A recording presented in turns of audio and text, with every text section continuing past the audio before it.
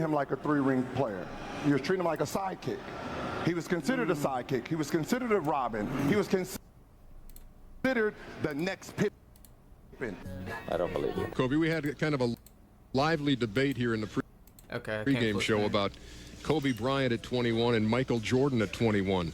You have guys like Charles Barkley and Michael Finley and Kenny Smith all debating this, trying to figure out if you're a better player at that age than Michael Jordan was. Rob, D-Fish, it made me look good. And it's good to play with the best player in the world on your team because it makes stuff a lot easier. And it's good to play with the best player in the world on your team. And then from that moment on, I knew we spoke the same language. It doesn't matter if we had disagreements this and the other. Our drive to win, like we have to win. There's no other option. Why is ring culture so much more prevalent in the NBA than in other sports? Yeah, it's funny. Yeah, I don't know.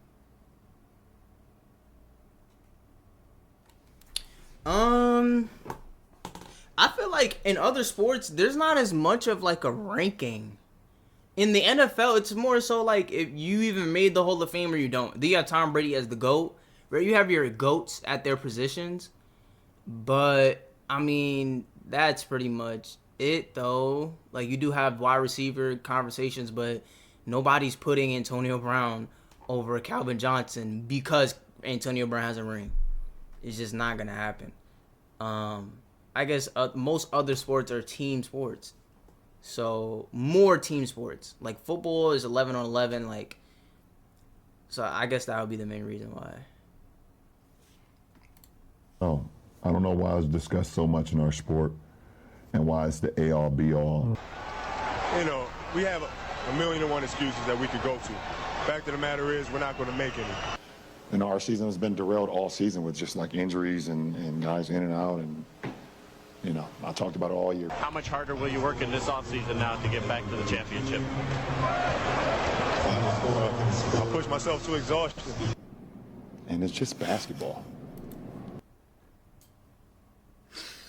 Yo, this should have me crying when he said this shit. It's just basketball. At the end of the day, it's just basketball. Y'all wasn't treating him. And then AD's face. I push myself to exhaustion. Look at AD. It's just basketball. At the end of the day, it's just basketball. Y'all wasn't treating him like a three-ring player. You was treating him like a sidekick. He was considered a sidekick. He was considered a Robin. He was considered the next Pippen. He's lying. But I ain't never seen a 21-year-old guy. You 22 now? Yes. Play as well as you playing right now. Kobe Bryant had his best game of the finals with 36 points in Game 3. He's 23, already a superstar, and now on the verge of winning his third NBA championship. I see his work ethic every day. He's very humble, and he has everything. There's nothing that kid can't do. Kobe came alive in Game 3 after playing a subservient role in Games 1 and 2. His numbers for the final terrific across the board. His complete game on damn, put his ass in the room. In 2002, with 3 rings, we were still comparing who was better in the league. You couldn't convince the NBA down the middle who was better. Replace me with Kobe with Shaq. I don't win a championship. You don't think I could carry the Lakers to a championship? Like, I've never had the opportunity. You sure about that? I felt like if I was put in that position to win a championship, I damn sure would show up. I mean, okay, maybe if you play with Shaq as many years as Kobe did, you probably win at least one. Actually, I'm not even really that confident. I'm gonna be honest with you. But I'll concede and say he probably wins at least one. I mean, has T-Mac never had a team as good as Kobe's team in 2009 and 2010? I don't know. What I do in the playoffs. It's off to McGrady, picked up by Lynch. McGrady. Oh yeah, T-Mac never been out the first round, right? Nah, you can't say that if you've never been out the first round. You can't say that. You can't say that if you've never been out the first round. You've never had a team good enough to make it out of the first round ever. Nah.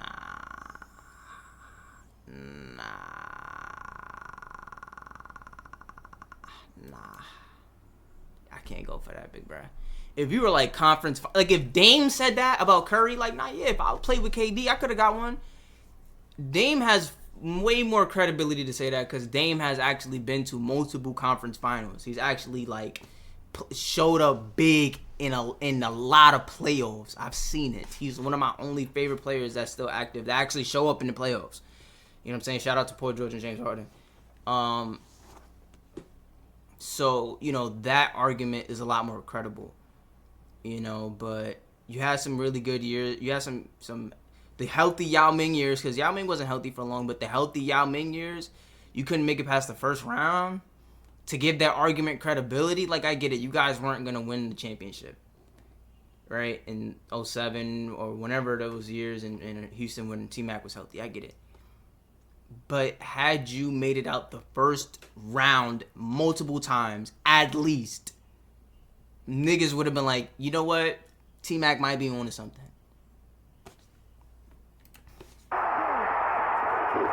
What would you say you do here? Here's how you got rid of Q. Y'all were up 3-1 one time, and you thought y'all had it in the Why he's mad? Why? Calm down, T-Mac. bag. Can't find that. Hold on, no. Can't find. What I'm talking about when you went against Detroit. The Pistons survive. This nigga T-Mac said you can't find that? What are you talking about, T-Mac? What the fuck is you talking about? 3 elimination games. Down 3-1. Nah, T-Mac a clown for that. Treating him like a 3-ring player. Okay, as it pertains to the narrative on Kobe, though, I think both can be true, right? I think when LeBron was in Cleveland, Like a sidekick.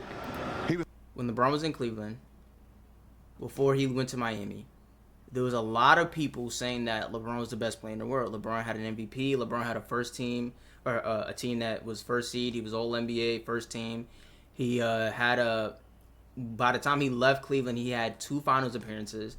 He had an MVP. He had multiple all NBA first teams, right? So this consensus was LeBron was the best player in the league, right? For a lot of people.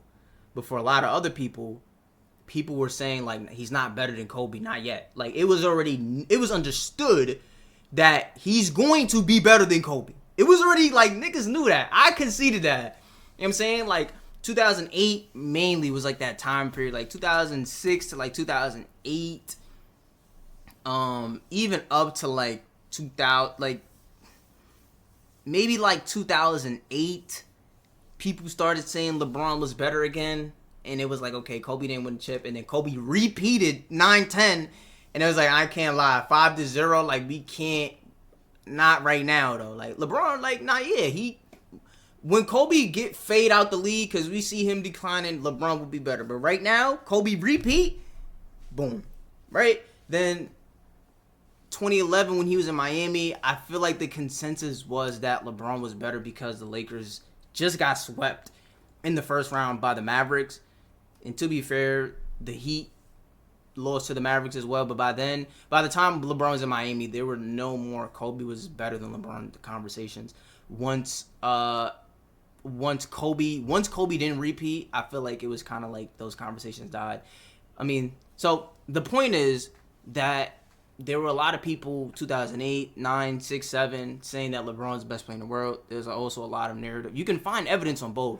You can find evidence of people talking about, oh, LeBron is, you know, he's supposed to be the king, but, you know, he don't got a crown. He don't got his jewelry. What's a king without his jewelry? I don't remember as much of the Kobe stuff because I was a lot younger and I just didn't know what the fuck was going on. But the LeBron shit, I remember a little bit more, which is why I'm referencing it. And so I feel like both narratives can be true. I don't feel like Gilbert Arenas is necessarily lying. Because Kobe did speak on at some point. If I can find it, I'll put it in here. But he did speak on the fact that if he never won a ring without Shaq, the narrative on his career was always going to be, yeah, he was a great sidekick, but he could never win without Shaq. He could never win without Shaq. That was always going to be the narrative, and Kobe actively said that. And Kobe said, I wasn't okay with that narrative. I wasn't okay with that. And so I feel like that had a lot of influence on Kyrie as well. You know, Kyrie being really close to Kobe and things like that. I feel like, you know, but that's neither here nor there. So yeah.